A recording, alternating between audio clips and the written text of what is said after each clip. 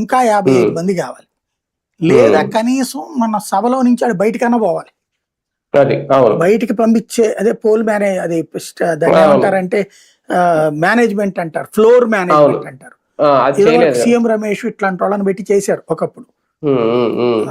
అట్లాంటిది ఏదైనా చేసి ఉండాల్సింది. చేసినా కూడా కష్టం, ఎందుకంటే సమాజ్వాదీ వీళ్ళు పోవాలి. నార్త్ ఇండియన్ పార్టీలకే పక్కకి తప్పుకోవాలి వాళ్ళు, ఎందుకంటే శివసేన, తర్వాత ఎన్సిపి, అటు పక్కన సమాజ్వాదీ పార్టీ, మొన్న వాళ్ళకి సీట్లు బలంగా వచ్చినాయి పార్లమెంట్, అందుకే కదా ఇటు పక్కన పొత్తు పెట్టుకుంది బీజేపీ.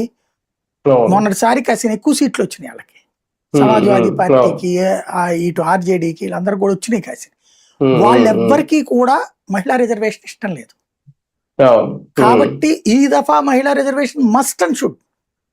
అది 29లో చేసినా 34లో చేసినా, నియోజకవర్గాల పునర్విభజన జనాభా ప్రాతిపదికన చేసినా మస్ట్ అండ్ షుడ్.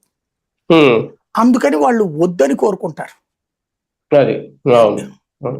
రైట్, చూద్దాం. మొత్తానికి ఆంధ్రప్రదేశ్ లో అయితే మాత్రం జగన్ సేఫ్ జోన్ లో ఉంటారా రేపొద్దున ఈ డీలిమిటేషన్ బిల్లు కనుక వెనక్కి తగ్గిన, నియోజకవర్గాల పునర్విభజన జరగకపోయినా ఒక రకంగా జగన్ సేఫ్ జోన్ లో ఉంటారు, కూటమి ఒక టైట్ పొజిషన్ లోకి వెళ్ళిపోవచ్చు.